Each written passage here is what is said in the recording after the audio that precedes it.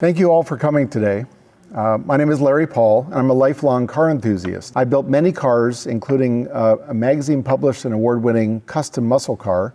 As well as for fun, I've driven in autocross and road racing events on racetracks.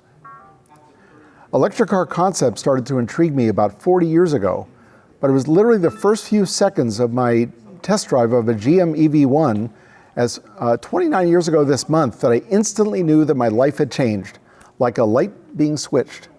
I knew that electric cars were not only my future, they were the future. Although my wife and I did not end up leasing an EV1, as a two-seat lease-only sports car was not ideal since we were thinking about starting a family. But a couple years later, we did lease a Honda EV Plus after a 5-month wait after being approved to get one about 27 years ago. Ever since, my wife and I have been driving factory-produced, freeway-capable EVs. And I've been very involved in the EV community for about the same length of time. While there have been EVs in the late 1800s to about the 1920s, and General Motors built 5 very significant, notable electric motor-powered vehicle concepts in the 1960s, in my presentation, I'm going to focus exclusively on the development of the modern production EV. So the catalyst for the modern EV actually starts here. GM participated in the world's first solar challenge that was held in December 1987 in Australia. Collaborating with AeroVironment, the Sunracer was designed and tested and completed in just 10 months. Not only did it win, it finished the race nearly 2 days ahead of the closest second-place vehicle, the Ford Sunchaser. Here's a GM promo ad touting the accomplishment. We raced 1,900 miles across Australia, powered only by the sun. GM beat Ford and 23 other entries. The GM Sunraycer, solar technology from GM's Hughes aircraft subsidiary, drive motor from the GM Research Laboratories, Magna-Quench magnets from Delco Remy, chassis from GM's engineering staffs, a triumph of GM teamwork and technology. The vision is paying off. So I was truly amazed that a car could drive off of sunlight alone. But that brings us to the concept car of what became the first truly modern electric vehicle. That's the GM Impact. It was a flagship product for GM and specifically for GM chairman Roger Smith.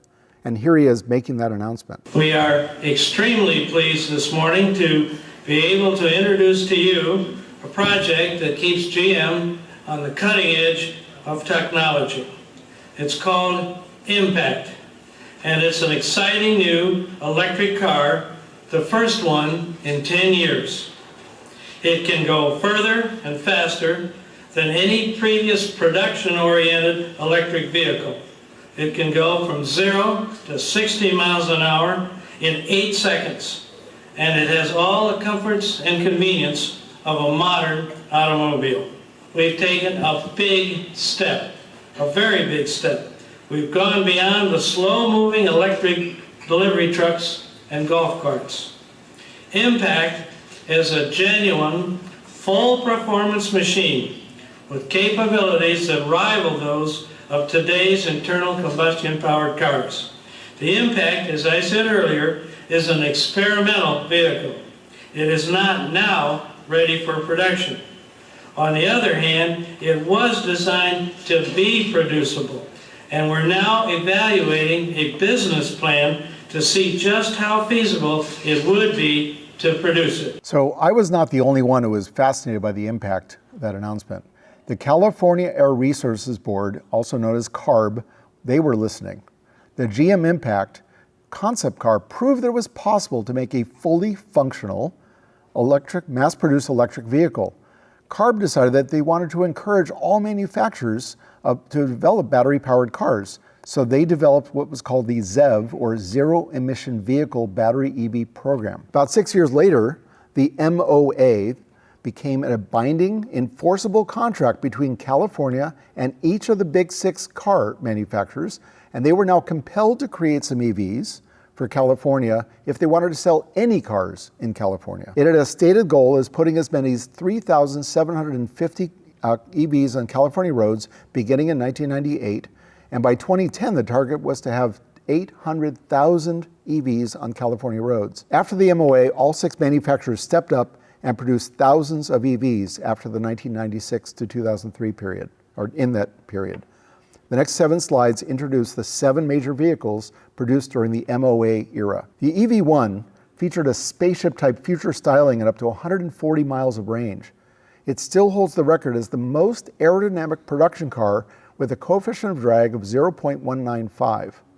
EV1s were available for lease to the public, but some went to fleet customers. Most were delivered in California, but a few in Arizona. GM installed a slightly detuned EV1 drivetrain in the front-wheel drive Chevy S10 Electric. And these were fleet lease only, and a vast majority of them were delivered in California, but a few of them actually went to Georgia. This was actually our first EV, a Honda EV Plus.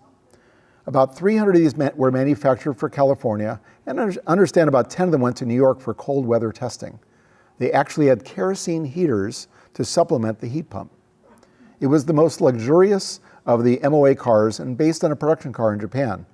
This was available for lease or available to lease to the public, but some went to fleet customers. Ford leased 1,312 of the Ranger EVs exclusively to fleet customers in California. It was a traditional Ranger pickup, but with an electric drivetrain. Dodge and Plymouth vans were notable as the first vehicle to use DC fast charging. Matter of fact, they only had DC fast charging, and they actually didn't have AC charging. Mostly used as airport shuttles. They were fleet lease only, and all of them were delivered in California. All RAV4 EVs used the Gen 1 gas model body.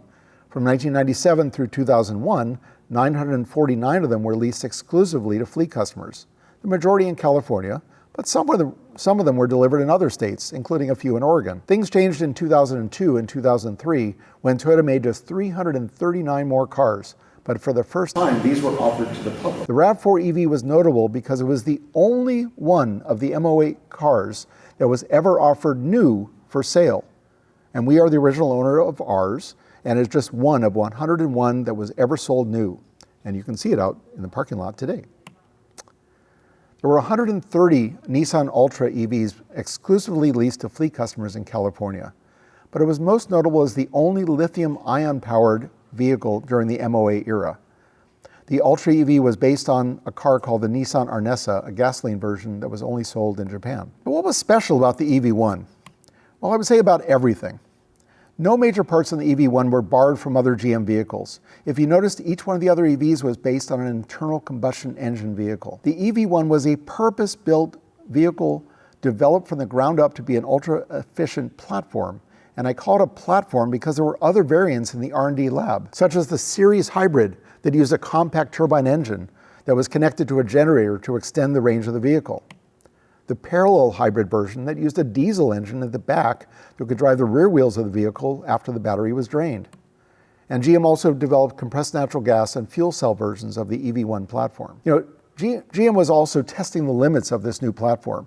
In March of 1994, a slightly modified GM Impact with a different final gear ratio and other small changes established the new land speed records for electric vehicles that exceeded 183 miles an hour on the test track. GM was way ahead of every car company in the world with EV technology. In 1994, GM produced 50 hand-built Impact prototypes that were loaned to drivers for 1 to 2 weeks to get user feedback in 12 major cities across the US. For all practical purposes, these were prototype EV1s. GM was years ahead of EV development in the entire market, and I followed the GM preview program, but never had a chance to drive one. So how are these production cars used by customers? Well, because they could typically go 2 to 3 times longer than the average person's daily commute, these were used like most cars on the road. They would use for commuting to work, taking the kids to school, going to a grocery store, etc. So most of these early EV drivers were very enthusiastic about driving EVs and enjoyed participating in the new community. They were great cars to use in cities, but they weren't really practical for road trips. Part of the challenge was a lack of charging standards during the MOA era. There were actually 4 different charging standards, mostly incompatible with each other, and none of which are compatible for what we use today. You may notice that 2 on the left are called J1772, which actually refers to the conductive protocol used, not the physical connector. Except for the 207 Epic vans, the maximum charging speed in these cars would get about 20 miles of range for every hour of charging. Public charging was limited in the cities, and between cities there were even fewer chargers.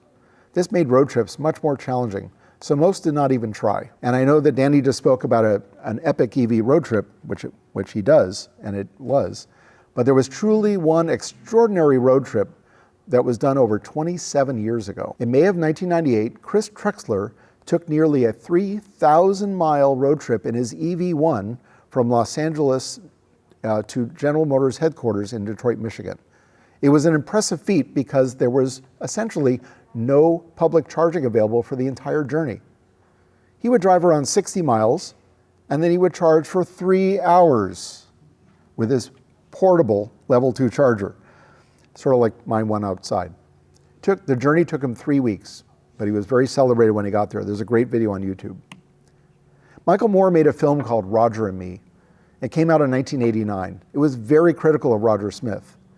Roger Smith actually stepped down as the chairman of General Motors 8 months after the GM impact announcement. While R&D continued at GM, the new upper management had a very different agenda.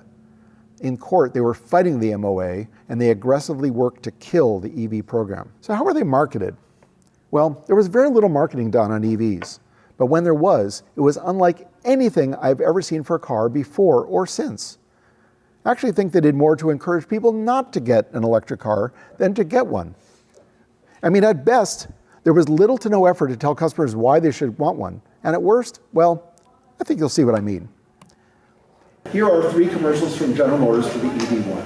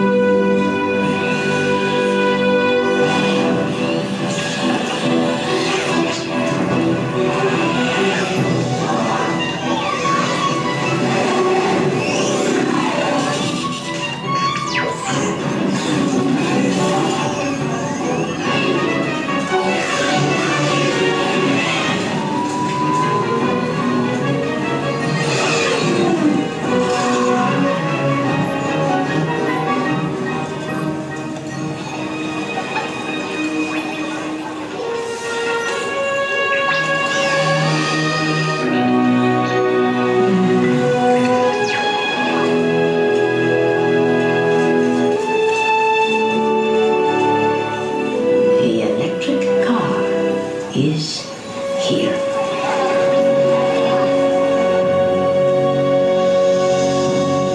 Well, it was very well produced and kind of fun, but using a power outage to promote an electric car, that's kind of doesn't make a lot of sense.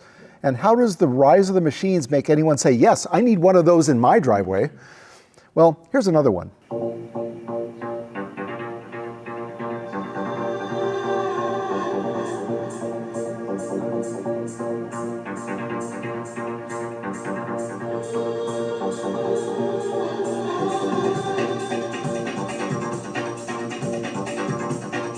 Is this what all the science fiction writers had in mind?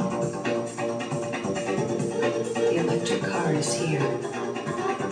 Okay, so for a 30-second spot, the first 20 seconds said nothing or show anything that was informational. And while they did say it was here, they also linked it to science fiction. That implies that it's not real. But this next one, it's way out there.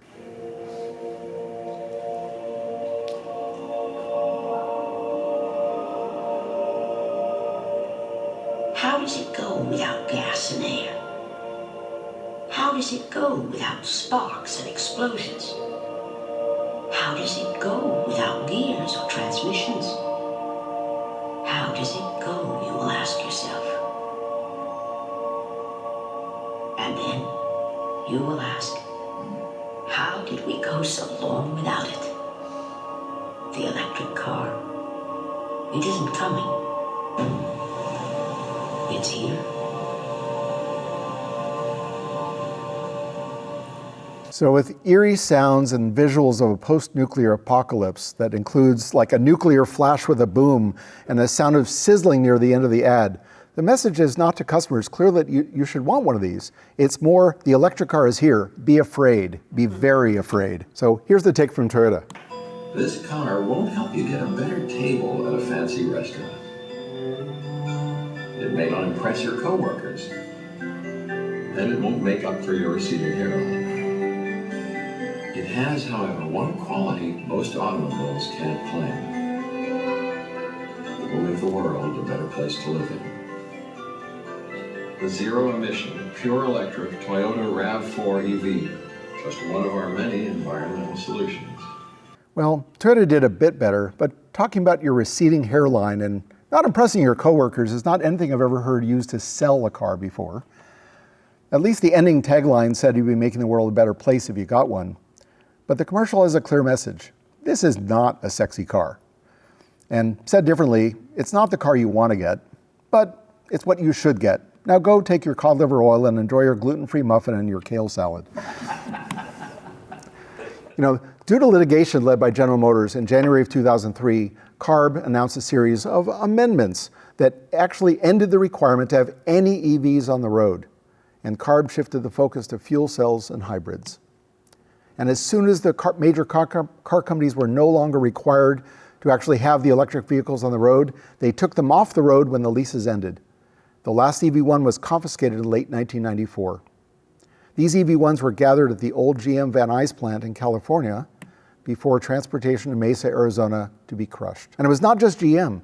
All 6 manufacturers were retrieving their lease cars and sending them to the crusher. The passionate EV community started to push back on the automakers and the numerous false narratives that were coming out of the automotive industry that claimed there was no interest, and when there was long waiting lists of people who were interested, and no one ever purchased one, when virtually none were ever offered for sale. The EV community staged media events to bring attention to the long story, including a high-profile event that got a lot of news coverage, a funeral for the EV.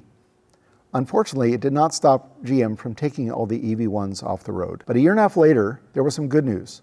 On January 14th, 2005, led by Heather Bernenkoff and Dave Bravoy, several Ranger Ford EVs drivers and their EV supporters began an EV vigil at a Ford dealership in Sacramento to protest Ford Motor Company's confiscation and destruction of their EV pickups. After the week-long truck sit-in, Ford reversed its decision. Ford made an amazing offer. After the leases expired, leasees could buy their Ranger EV pickups at a cost of only $1. Most of the remaining 400 trucks that weren't destroyed were purchased and therefore saved from the crusher. The community next set out to get GM to do the same thing. In early 2005, someone discovered 78 EV1s still remaining in the parking lot at the back of a GM training facility in Burbank, California. Starting on February 16, 2005, a 24-hour-a-day EV1 vigil began with what became a very wet February to try to save the last of the EV1s. And we started getting news coverage about these cars and our $1.9 million offer to purchase these remaining cars with no product liability at all for General Motors. Unfortunately, a month later, GM dug their heels in and they called transport trucks to haul away and destroy the remaining cars. Alexandra Paul, no relation, used her RAV4 EV to block the truck. And she and Colette Devine were arrested on March 14, 2005, trying to prevent these trucks from leaving. Obviously, we were not successful. But more than that, GM had gone from not only being the hands-down worldwide leader in EV development to not accidentally, but intentionally going out of their way to sabotage and destroy their leadership position. And I'm not saying the demise of the EV1 caused it directly, but it is not lost on me that GM worked so hard to destroy their future with the EV1s, it was the same GM that went bankrupt a few years later. The thinking at GM at the time was toxic. Fortunately, today is a very different GM. In 2005, Linda Nichols and her husband Howard both drove RAV4 EVs. His was purchased new, but hers was leased. Except for the color, the cars were identical. But Linda's car was slated for destruction at the end of the lease, with no option to purchase it. Linda and a group of others started the Don't Crush movement. They parodied the Toyota's Moving Forward campaign with a Moving Backward campaign. And thanks to their efforts, Toyota stopped the destruction of some of their leased EVs. And it's estimated that somewhere between 200 and 220 of the RAV4 EVs were saved. There were nearly 5,000 fully freeway-capable EVs manufactured during the MOA era. Please note, with the exception of 101 of the RAV4 EVs, all EVs were lease-only vehicles originally with no option to purchase them.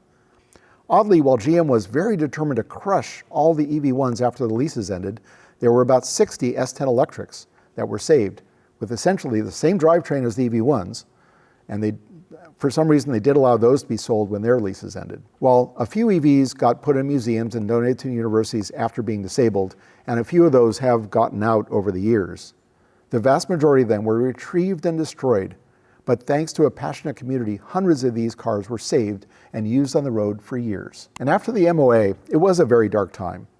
But there are 5 major reasons that made the current era of modern EVs possible. Number 1, the Federal Clean Air Act of 1970 gave California, the country's largest and smoggiest market, the authority to set its own separate and stricter than federal emissions regulations. The small but passionate EV community that stood up and fought for these underdog vehicles, ultimately forming a group to educate and lobby for EVs, Plug in America, back in August of 2005.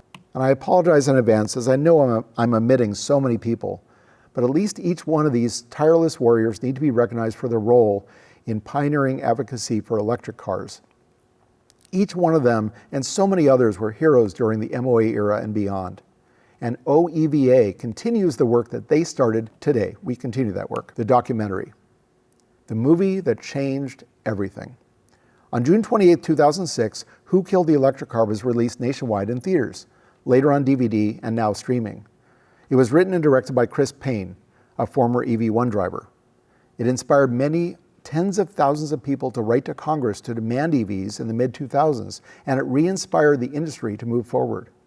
I give Chris tremendous credit for this movie and how we got to where we are today. If you have not watched it, it's worth a few dollars to stream it. It does a really great job of telling that portion of the story, and more than mine today. Entrepreneurs.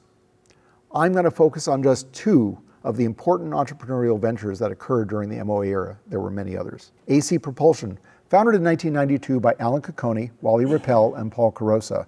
They specialized in alternating current-based drivetrain systems for electric vehicles. AC motors and the controllers are what make modern electric vehicles possible. Tom Gage became the CEO of AC Propulsion and was involved in creating the T0, the e-Box, and many other vehicles.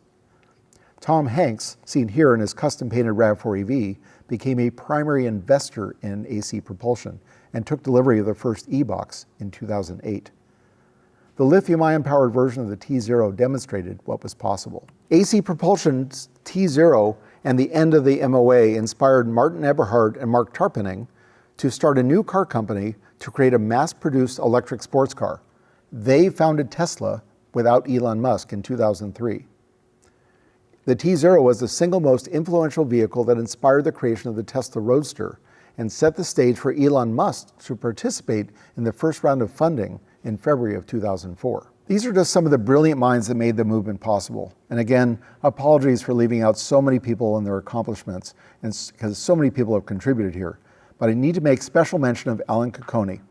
Alan Cocconi, seen on the left of the center image, now a retired engineer, as he is, in my opinion, the single most important person who enabled the modern electric car movement to happen, because Alan is the inventor of the controller electronics that made the Sunracer, the GM Impact, the GM EV1, and the T0 and others possible. Number 5, charging standards. Conductive charging, aka J1772, was actually agreed upon in 2001. In 2008, a new connector was established that could deliver higher power level 2, and that supported charging up to 80 amps. This is today what we call the J-plug, or J1772. It is DC fast charging that's the game changer that enables EVs to work for long distance driving. Unfortunately, the DC fast charging standard was not established until 2011, after cars started appearing on US roads with both types of fast charging connectors. This is why we still have both CCS1 and Chemodo charging stations still in North America. And this is long before the Tesla supercharging, also known as North American Charging Standards, J3400, that we're transitioning to today, but that's a topic for a different presentation. You know, the manufacturers started developing EVs partly due to domestic demand for electric vehicles, partially due to Tesla developing the incredible Roadster, and partially due as a reaction to seeing other companies in other countries that were now starting to lead the way. Thankfully, GM reversed course, and they developed and promoted the first modern plug-in vehicle, the Chevy Volt Extended Range EV. And Nissan created the Leaf as the first battery production EV. So while it's certainly not the whole story or the end of the story, it is the end of my presentation.